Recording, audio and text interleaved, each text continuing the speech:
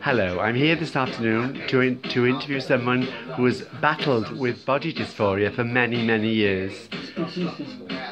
And I think better known as species disorder.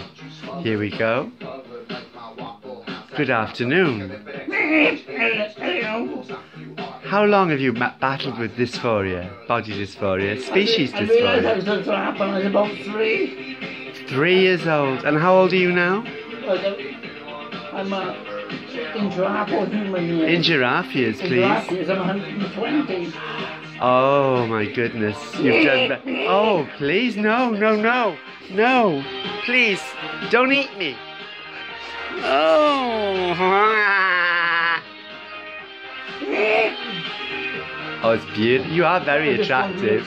You're terribly attractive. Respected on the right pronouns. Which is?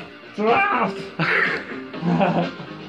I have to say, it's been a pleasure meeting you, and I hope to see you again. What are you sniffing for? Sex. Oh, please, Mrs.